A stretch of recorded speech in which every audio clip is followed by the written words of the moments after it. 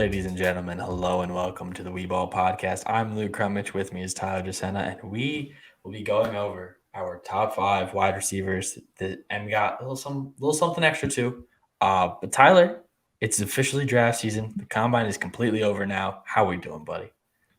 I mean, it's a lot of fun. Like you said, Combine has come to an end. We had a lot of exciting performances, a lot of them being in this wide receiver group. It's certainly an interesting one. It's not as top heavy as we've seen in some years. There's no Jamar Chase, there's no Jalen Waddle, but there are certainly a lot of guys who can contribute. And we have a lot of them that we are going to cover today, 5 plus 2 wild cards. So I'm excited. I'm gonna be honest with you. I like the wild cards a bit more than I like the top five wide receivers, and I feel like a lot of teams are gonna like a lot of the wild cards a lot more than the top five wide receivers. Because this class is weird, man. This class is weird. There's a lot of guys who specialize in certain things. We have pure speed guys. We have a lot of small guys. We don't have any really huge dudes. If your Uh, flavor of wide receiver is slot guys who are tiny but play like they're 6'2", this is your draft class. yeah, that to be honest, yeah, that's Yeah, really the only explanation. Um, but I'm excited. Let's get right into it. Tyler, you want to go first with your first wild card of the day? sure. Yeah, why not? I'm going to go personally with somebody who I was high on the second I watched his tape. And I believe he ran a 4.44 at the combine, which shocked a lot of people, including myself. Knew he was fast, not that fast. It's Charlie Jones out of Purdue, even though I'm pretty sure he went to what, 3 schools? Yeah, I mean, Iowa and Buffalo. yeah, but I mean, the dude is another one of these pure slot guys in this draft. He's a lot bigger than other guys. They played him on the outside at Purdue a lot, had him going against corners that were, highly touted in this class, and he ate against them. He ate against Joey Porter Jr., somebody who might go in the first round when we're looking at, mock drafts and stuff like that, widely regarded as potentially the third best corner in this class. And Charlie Jones ate that dude's lunch. He is fast.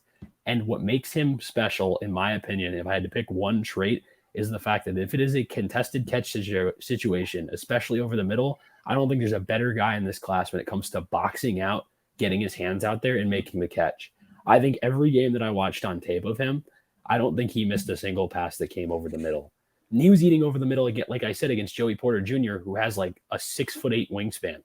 The dude has Yeah, like the longest arms of like any corner in this class, and Charlie Jones was just like getting buckets on him like over and over and over again. I mean, the dude's not a fantastic route runner. I've seen some stuff talked about that he's like one of the better route runners in this class. I don't personally think so, but he's a guy that you can run out on crossers, run on slants. When you need a guy on third down who can also be a little explosive and get some downfield touches, he's not going to be getting a ton of them because he does occasionally get bullied at the top of the route. But if you want somebody who is able to just kind of eat over the middle and make those tough catches, I think Charlie Jones is your slot guy. I like Charlie Jones. I don't like him as much as you do, but I think he's just a good football player. I feel like that's something I've said a lot in the past few episodes.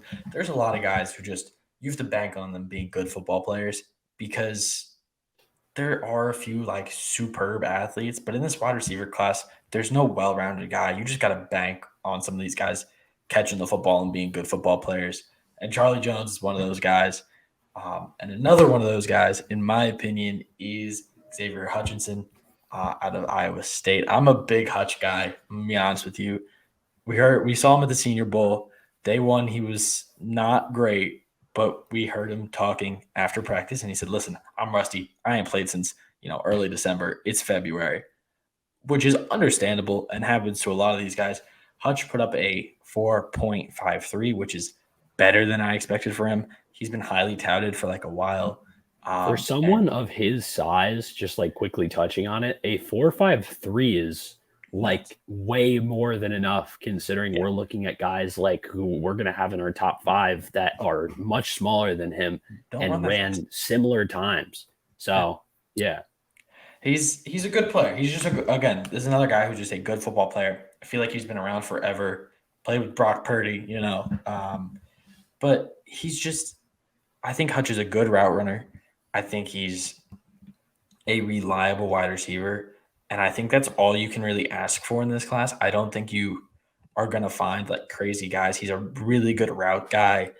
Um, he fights through contact and press well. Like, I don't think the press is going to be a problem for him in the NFL.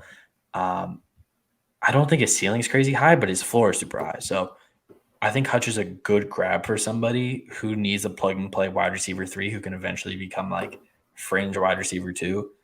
And And I that's the think thing with Hutch, I think, specifically, is the fact that he is like he will instantly be a very good big slot for a team. I've been arguing for him to Miami, even if you got to overdraft him for a while now.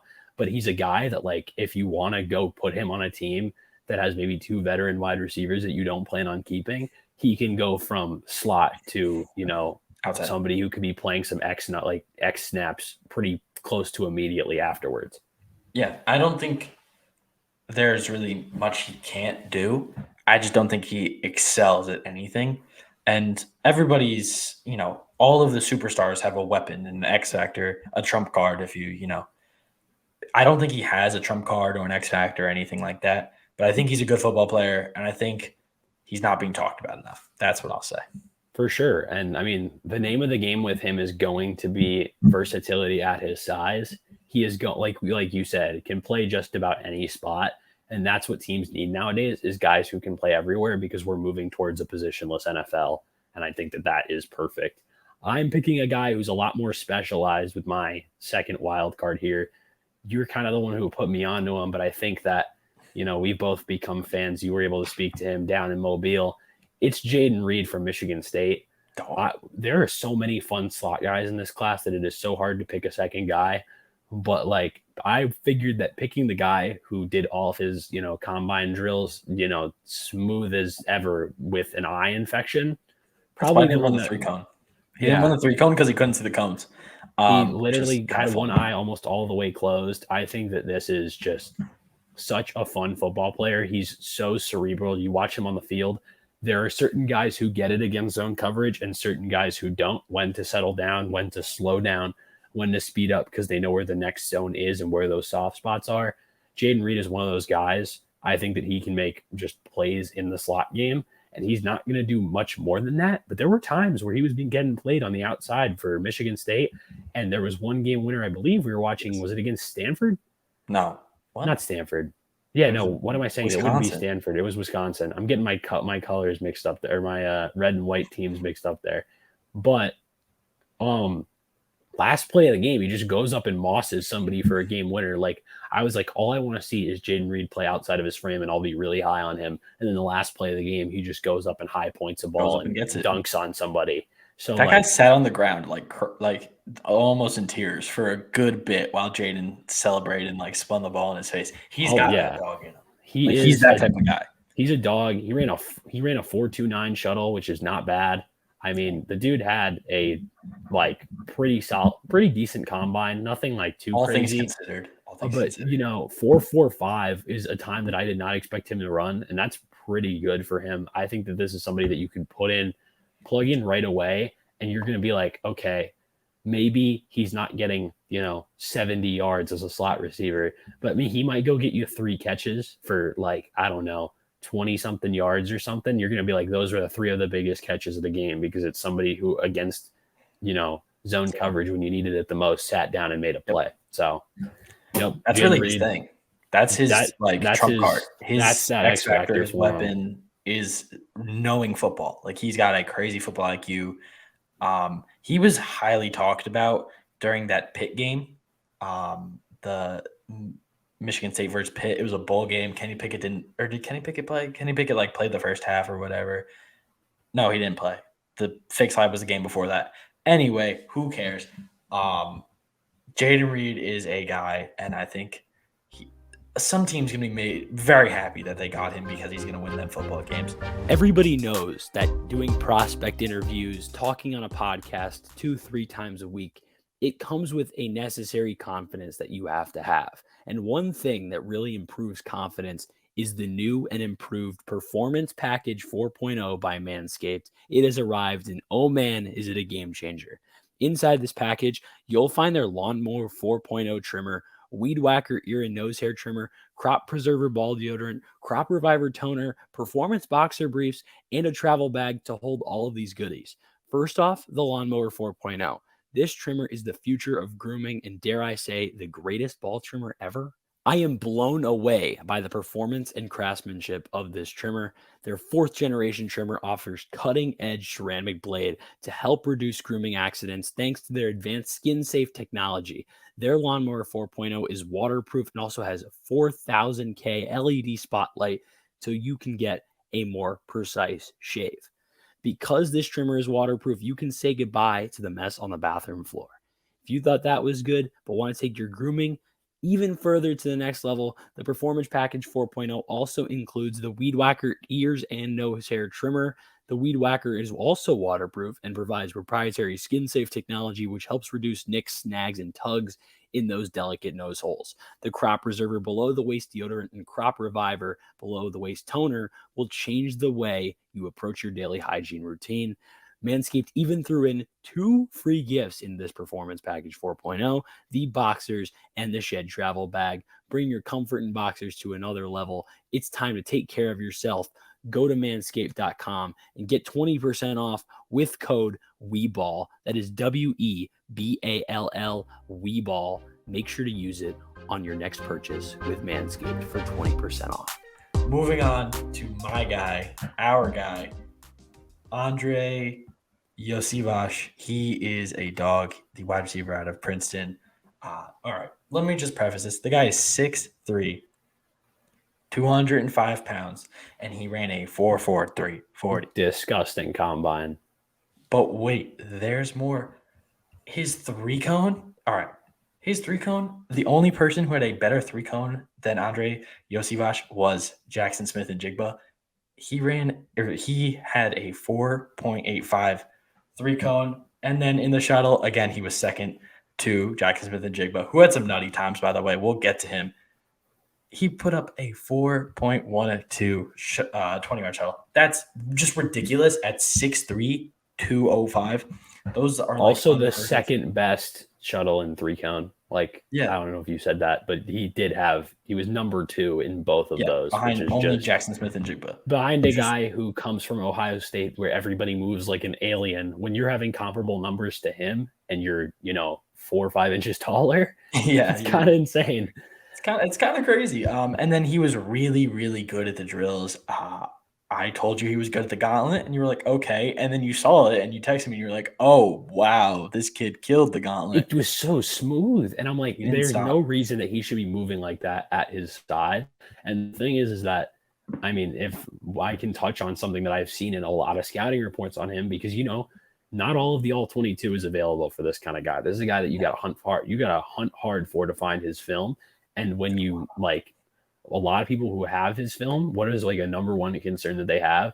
They say he's not a natural hands catcher. And I understand at times, there have been a few issues, but this is somebody we watched in Mobile go up and moss guys like Tyreek Stevenson. We're watching him in the gauntlet drill, go 4 for 4 on catches. And we're seeing other receivers consistently not being able to catch the ball as well. I don't think this is a guy Jordan who Addison had drops. I don't think this is a guy that really has hands concerns.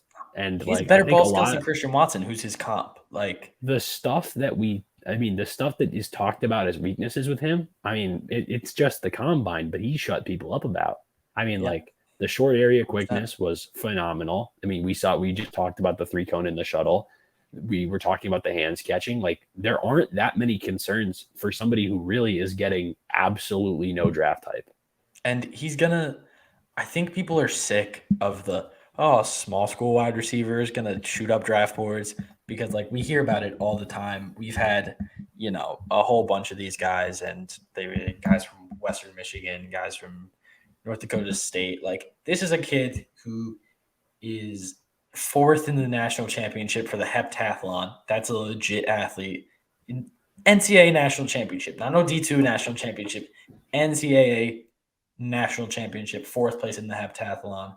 He put on weight, he got stronger, and he was able to keep his crazy speed, his crazy agility, his jumping. He was able to keep all that even though he put on 15 pounds or whatever. I think he said he played at 185, 190, and he's 205 now. And he was able to keep all of that. That's insane from him. I'm really excited Yeah, to watch more of him. 6'3", 205, running a 4.43 is just it's freakish. Ridiculous, ridiculous. Like he could have ran lighter and probably put up a 4.4 or 4.39, but he put on the weight because that's what people wanted to see from him at 6'3".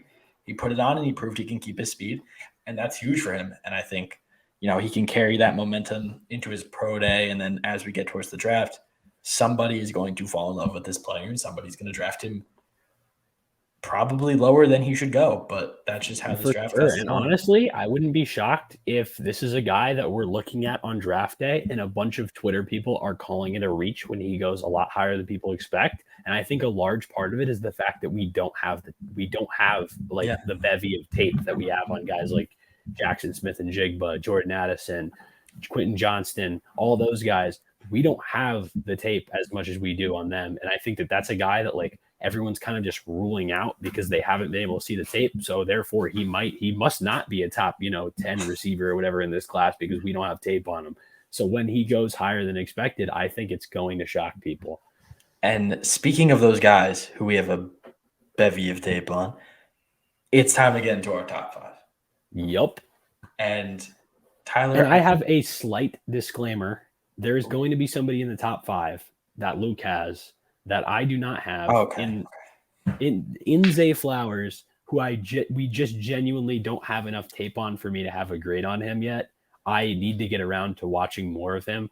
He will likely be in my top 5 from the little I've seen, but just so we know, I think that should probably touch on the fact that I do not have nearly enough tape on him yet.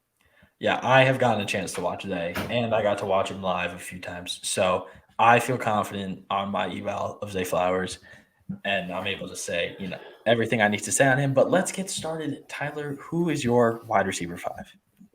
I'm pretty sure we have the same number 5. We don't. We don't. You moved it No. around. We do not have the same number 5.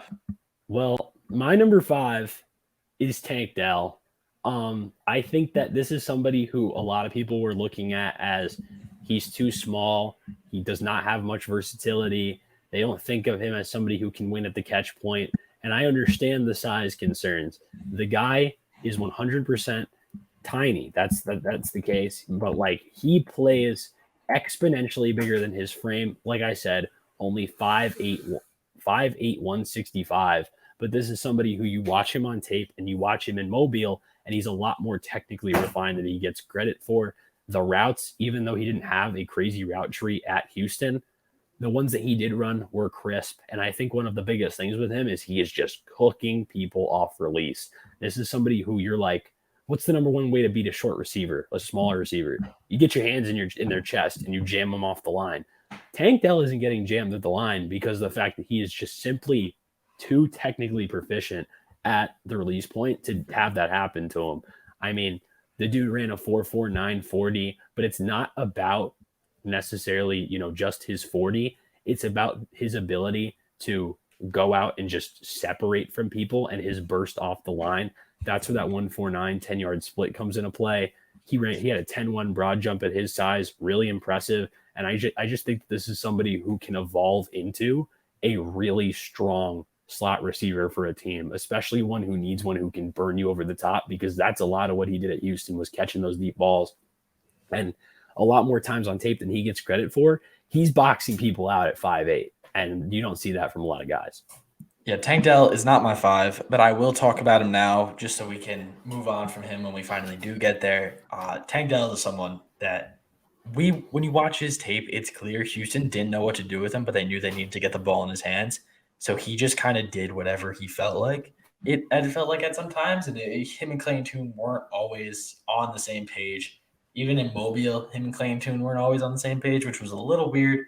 Same thing kind of happened with some other wide receivers who had their quarterbacks there. We don't got to talk about that. But, it's just I think Tank Dell, he's a specialist. I was talking about how before they're good football players and they're specialists. He's a specialist. He's small. He's in the slot. He's going to beat you off the line. But what happens after He's that is so proficient at all of the things you need a slot to do, which is what I think makes him like what you're saying, ain't a specialist. Like there are guys who are specialists, but we don't know how good they are at their special traits. Tank he's Dell really good at his. all of his special traits Yeah, are he's really like good. technically refined, things you can see on tape. It's not a 40-yard dash that you're looking for from Tank Dell. Yeah, I agree. I think Tank Dell is, I mean, again, I'm higher on Tank. I believe I have him at 4. Yeah, I do have him in my 4. So I'm slightly higher than him on you. The guy that I have is probably not going to be, making people happy, but you don't even have the guy on the list. So I guess I'm not even the worst off here. My number 5 is, in fact, Jalen Hyatt. I genuinely don't like how he plays football. That sounds harsh. I don't like I how he plays think football. the thing with Jalen Hyatt All he is, does if is I run go can routes. quickly touch on this, is that people are giving him hype based on what I believe to be primarily production and the Yes. fact that he is And the fast. fastest receiver on film in this class. Yeah. That is something that I understand he did not run the fastest 40, and I was touching on it a little bit there when I said that his specialist isn't, something that's in the combine when I was talking about Dell. I was talking, a little subtweet there at Jalen Hyatt, but that's not the point. Jalen Hyatt is the fastest guy on tape when it comes to his film, and he does do not a lot of things well. But if you're looking for a specialist in that day 2 range, that's a guy that you're going to want. That's somebody who, has that ability that I think now, because of the combine, his stock is falling and we haven't gotten enough credit. He has not gotten enough credit. I genuinely think that once I get around to watching Cedric Tillman might be a wide receiver that I like more than Jalen Hyatt. I think Cedric Tillman is much more well-rounded, and I think that's the problem with Jalen Hyatt. Jalen Hyatt says, me run fast, me go route, and they're going to give me 13 yards of cushion because I'm going against a 5-star freshman who this time last year was doing calculus homework on Saturday nights. Like, it's not the same in the NFL when you're going up against a guy who's been in this league for 10 years, who's going to know what to do with you. Some of these kids just genuinely didn't. If you're at Vandy, bro, and you're like a 3-star, you're there for your degree. Like, you don't know what to do with Jalen Hyatt. Let's be honest. Yeah, and even guys at Bama, like when he had that explosive They game, box they safeties on him. just kept running. They just kept running out cover one against this like extremely wide set because Yeah. Tennessee must run their receivers literally touching like the sideline when they snap the ball. They run the widest sets in college football, and it is it's like a stack every single time. And Alabama was like, you know what we're gonna do? We're not going to banjo this We're or going to anything. put We're gonna DeMarco put Hellens in coverage. we're gonna put Yeah. a box safety on Jalen Hyatt, and then we're gonna put another corner right next to him, and we're not gonna make them pass off or anything. It's just gonna be straight man. And it was like the worst possible game plan for him. I think DeMarco Hellums draft stock legitimately took a hit because of that game when none of it was his fault. That's a story It's for just another not his time. game, man. We'll talk about that later, but I clearly genuinely having him 5, if I might argue a little bit, you clearly are high on parts of Jalen Hyatt's game.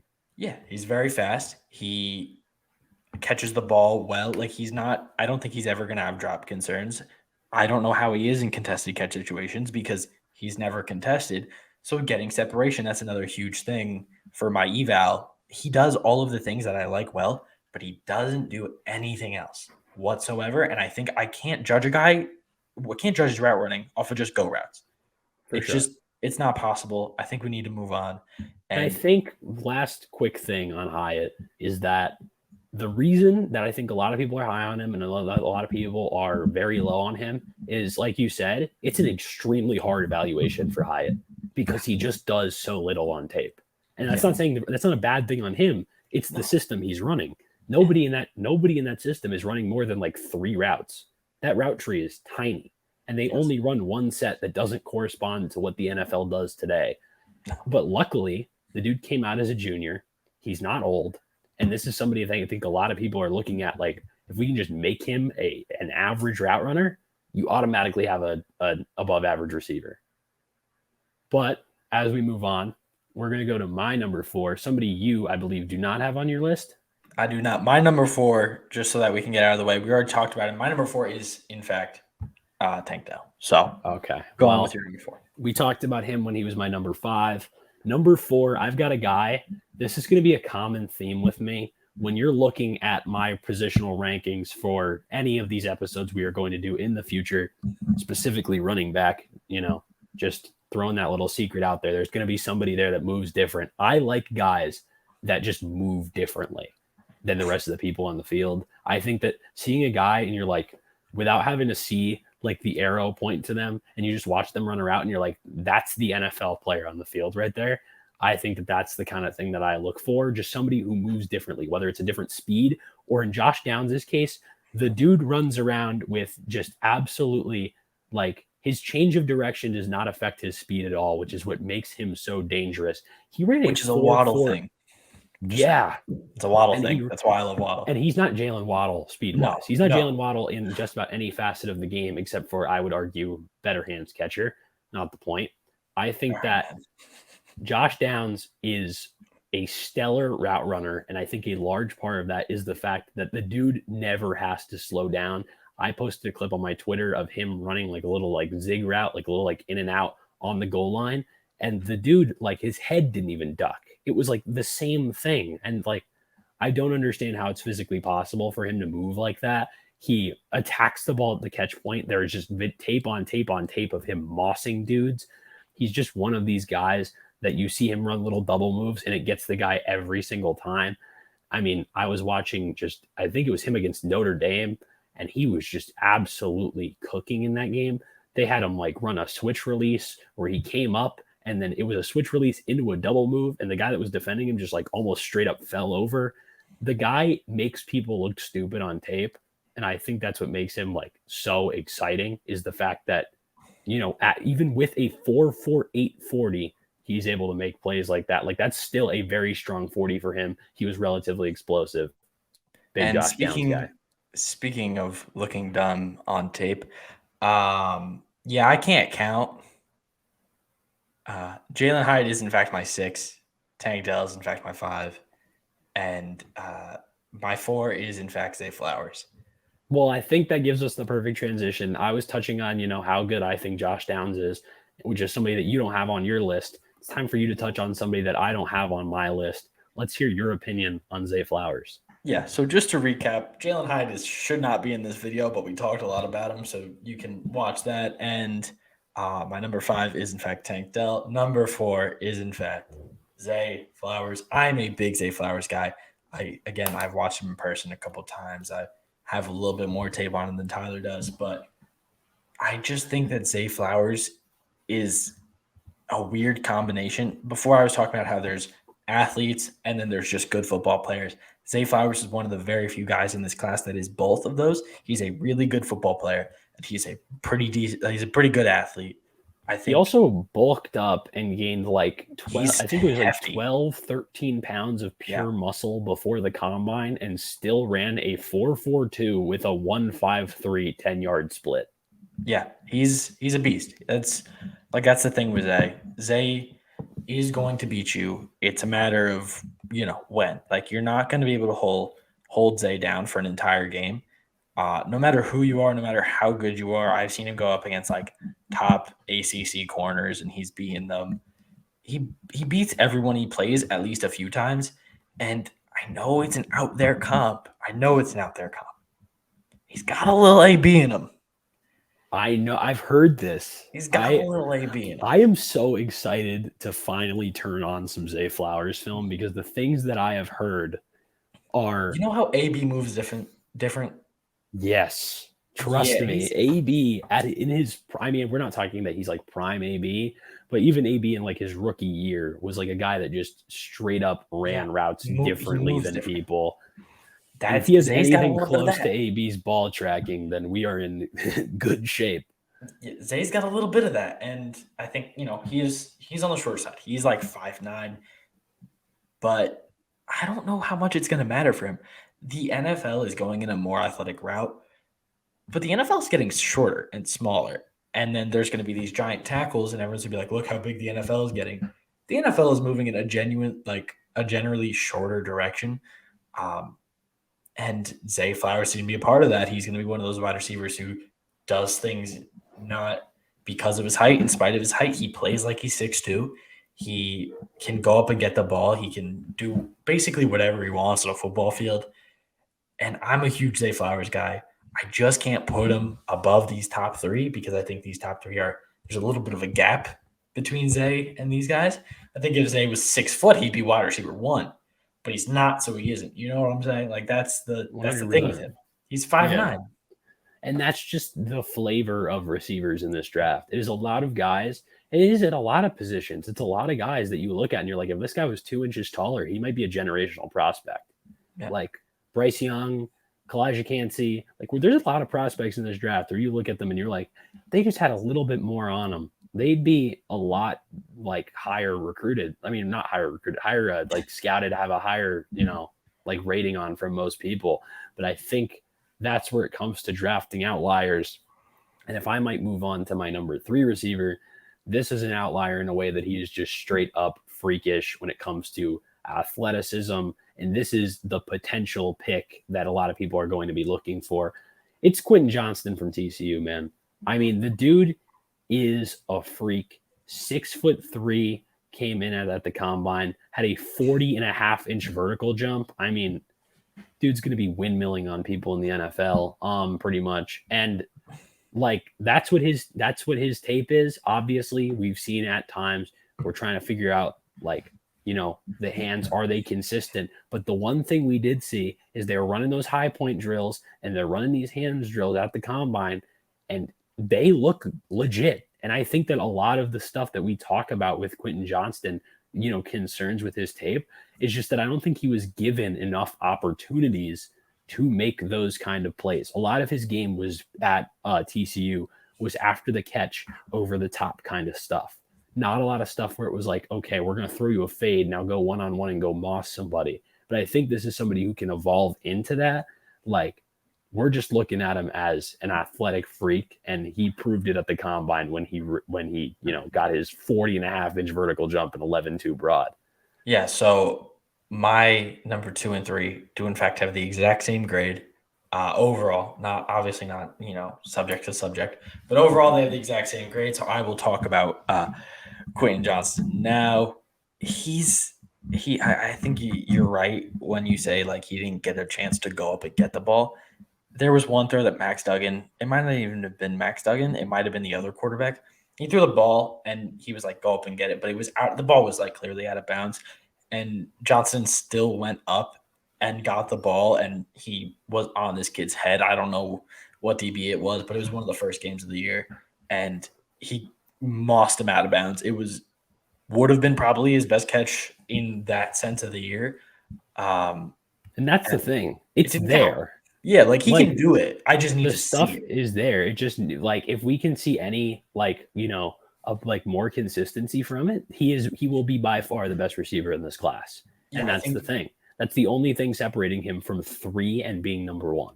I think if he gets the jugs machine and gets someone to throw the ball up a little bit, aims that thing a little bit higher, and he jumps 200 times a day and catches the ball. Like if he just does some reps and gets a chance to go up and then get the ball, I think it will eventually come full circle, and he will be, better hands catcher, better contested catches, and then he just really has to work on route running. I feel like this is gonna sound weird, but I think he's too fluid and he doesn't have enough defined cuts I when think the he's thing is the feet are there. I think the hands in yeah. the route running specifically, when it comes to like fighting jams and like he runs a lot with his hands at his sides. I Yes. think if he would play more physical at on his routes at release at the top of the route, fight back a little bit, because one thing that you notice when watching college tape is guys are getting bullied at the top of the route in the way that they just won't do in the NFL, because it would be called a hold or a pass interference every time. Like, it won't happen as much to Quentin Johnston, which is why I think his, production can transfer over. But if he can somehow, develop those hands a little bit in his route running, I think it could make him special. A lot of the concerns that we see with him are similar ones to what was seen in DK Metcalf. And people don't like those kind of comps. But to be honest, I don't think it's a terrible one. No, I don't think it's a terrible comp when it comes to like the problems that he has and the things that he's good at. They're a much different player. Like Oh yeah, no, they're for sure different players, but the way that they can fix those Yes. concerns in the NFL, not even problems, just concerns in their game, and they might not have to fix much. It might just be a matter of opportunity. And like I think that that is something that he can work on and potentially be wide receiver 1 in this class. Yeah, I 100% agree with you. That's why he's tied for wide receiver 2. The other guy that is tied with my wide receiver 2. So I'm gonna, Who, just to be frank, is also my wide receiver 2. okay. Well, there we go. Jordan Addison. Kind of, a little bit of a spoiler. Everybody knows who number 1 is now. But Jordan Addison, I think, like you said, he's not going to get bullied at the top of the round in the NFL. And It's that's where It his just game lies. doesn't happen. We heard it Yeah. with Devontae Smith. We heard it with all these small receivers. And I understand Jordan Addison is a different size profile than Devontae Smith Yeah. and isn't as clean of a route runner. Devontae Smith was like a generational type route runner coming into the NFL. He's really good. His comp was Marvin Harrison. You don't really get that often unless you've done some crazy stuff. But Jordan Addison, I think, like you said, it's just not going to happen the way that it was happening at the college level when it was like him getting bullied at the top of routes like due to Caillou his Blue size. Kelly. Like, that's not going to happen. Caillou Blue Kelly's not going to bully him in the NFL the way he did when it was Stanford versus, USC. I think that Jordan Addison, his game is going to translate better than his game translated from Pitt to USC. Like, he's going to take a jump. Yeah, that's the weird thing about this class is it might not be a lot on tape where you look at these guys and you're like, yeah, Great all football. of this just like translates 1-to-1. But it's weird because these guys have, Jordan Addison has crazy numbers production, but you're like his production and play as a receiver. This is a guy that you're going to look at and be like, he was a better NFL player, I think, than you look at him as a college player. And that's the same conversation we just had with Johnston. Yeah, and I think that's something that's like weird with him because you're worried about the size profile. You're worried about, hey, is he going to get bullied in the NFL? I know we just said that doesn't happen, but also, is the size going to be that much of a concern if he's not getting bullied? Like, the reason that the size is a problem for him isn't because he can't go up and get the ball. Like, he can go up and get the ball if he needs to. It's because he's Yeah. getting bullied at the top of routes. That's why size is a concern. If he's not getting bullied at the top of route, then why is size a concern? Do you know what I'm saying? Yeah, and I mean, and he came out like I think a big thing for him is going to be diversifying the release package Yeah, at the fair. NFL level. I think that his releases were not bad; they were above average in my opinion. But I think the thing that could separate him from being, a guy that we look at as just one of the top 3 in this class, and I think we touched on how Johnston can be the best receiver in this class. The way that Addison can be the best receiver in this class is honestly just more technical refinement. I think those routes over the middle, they've got to be a little bit cleaner. And I think the biggest thing is probably diversifying that release package. If he had the release package of, say, a Tank Dell or a Josh Downs, 2 guys that I'm high on specifically in that category, I think you would look at him as potentially wide receiver 1. Yeah, I don't disagree with you. I think that even in a class full of unique size profiles where all of these guys are smaller, lightweight, or like smaller and built, or tall and lanky, like he's in his own size profile inside of a weird size profile class. Like you go on player profiler, there's not going to be a comp for the kid Yeah, size and that's wise. the thing is like you've always talked about, you can't always make a living betting on outliers, but this is the kind of year that You kind of have to. some teams are going to make a lot of smart decisions betting on outliers because of the fact that you just simply are going to have to. There's a lot of small corners who play above their size. There's a lot of small receivers. We just touched on a bunch of them who play above their size. Running backs, there's guys under 200 pounds that we're looking at as running back 2 in the class. Like there are guys at like every single position who are Defensive just tackles who are defensive 5'10". tackles who are like 6 feet tall or under. Like there's a lot of guys at different positions that just don't fit the natural size in the NFL. But this is what we're moving towards. We're moving towards a positionless National Football League where talent comes out above everything. Yep. And these guys, above all, are talented. I think that's the most we can say about Jordan Addison.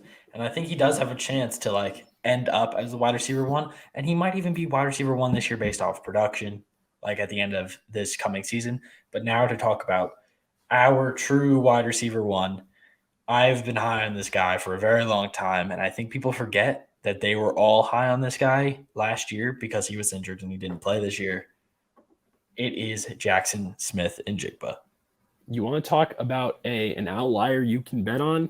This is not an outlier. This is every Ohio State receiver that comes out in the first round moves different. Don't Yes. don't second guess it. They all move differently. We saw it with Olave, who had a rookie of the year type season, who could have won rookie of the year if not for his teammate or like his college teammate in Garrett Wilson winning offensive rookie of the year. These guys move differently than everyone else. And JSN, straight up, not the athlete that those two are.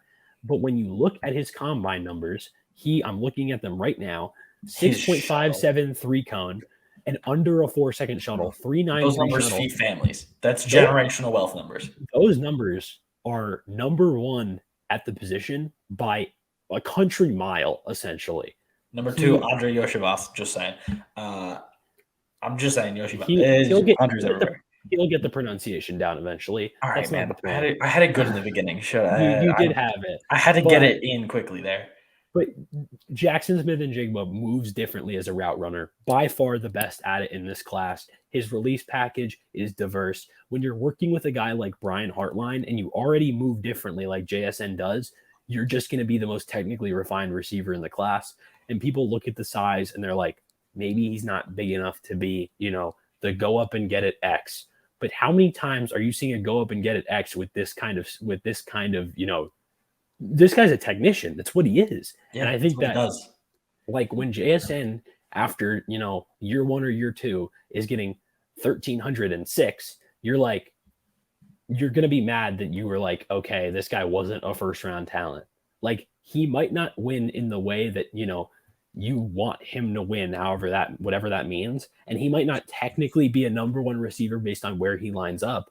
But when he's a team's leading receiver and is making multiple big plays a game, and you're like, how did he get 40 yards worth of rack? It's because it's another guy who simply just moves different than the rest of the pack. I don't think people talk about his stop and go enough. Like, I know he's not crazy fast, but His his change of stop and go is direction is crazy. freakish. Like, again, we said Josh Downs doesn't slow down with his change of direction. This is a case where he stops. Like, when he's changing direction, he slows a little bit. But his he 0 to uses 60 his momentum. is He uses his effortless. momentum. Yeah. Yes. There's things that some players don't do. Not many players use their momentum the way that JSN does. Not many players are the technician that JSN is. Josh He has Downs, a bunch of trump cards. Just to put it in perspective, Josh Downs runs, like, let's just say, he's running his 60, which is like in miles per hour. Let's just joke around and say it's 40, but he runs it all the time. JSN is getting to his 60, down to his 0, back to his 60 faster than anyone else in this class. And I understand that the 40 time was not going to be crazy, and people are mad that he didn't run the 40, but he is faster than he gets credit for. And it's not even necessarily just his speed. It's like you're talking about. He stops and starts better than anyone else in this draft class. I don't think people value that acceleration, deceleration enough. I think everybody's talking about, well, how fast does he run in a straight line on some turf? Who cares when he can plant his foot and you're still moving that way and he's 5 yards that way and he teleports in your mind? Like, that's just – it's not always about straight line speed. Just look at who just won Rookie of the Year.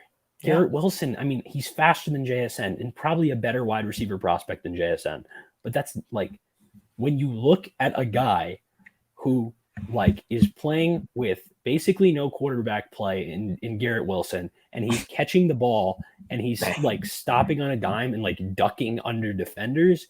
That's the kind of stuff that JSN can do and turn a 10-yard catch into a 30-yard catch, even though he's not running a 4.4. JSN is, in fact, my only first-round graded wide receiver. 2 and 3 are both tied, and they're very close, but he is the wide receiver of this class in my mind at this current moment. Obviously, things can change. We can find stuff about his medicals, but I genuinely don't have any – there's nothing about JSN that is going to make him a bad NFL wide receiver. There are only his things floor is so high. Yeah. His floor is a wide receiver too.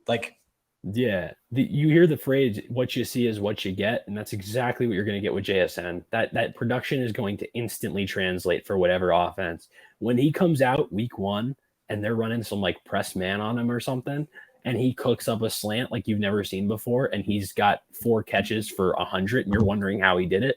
That's how. The dude is a technician. He's just and he's got a high football IQ too. We talked about Jaden Reed with his football IQ, his sitting in zones. That's something that JSN is very good at, and I don't think it's talked about enough because there are rarely ever times in that Ohio State offense where somebody isn't open and there's time to sit in a zone and let CJ Stroud find you because there are so many good wide receivers and good weapons on that team. JSN can do that. He just never has an opportunity because the ball is always out of CJ Stroud's hands before he can sit in the zone, and you see And I him think go to those zones. another way you see it is the way he fights for yardage. The guy is constantly catching the ball and getting 3 or 4 in positions you don't think he could get 3 or 4 more out of. And I think the bottom line and the last real point you need with Jackson Smith and Jigba is that it shouldn't be this easy, but it really is. When there's a guy who runs routes like that, who was coached by Brian Hartline, you don't doubt it. You take him. You take him. You do not doubt the guy. You don't think, oh, this is a player who he's not going to translate. I promise you that there are parts of his game that just translate to the NFL.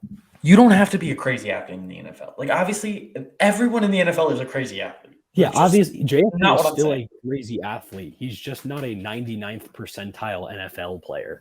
And he doesn't need to be because of what his game is. And I think that's really it. Like, that's the stopping point. He doesn't need to be a crazy athlete. He's a good wide receiver. He's a good football player.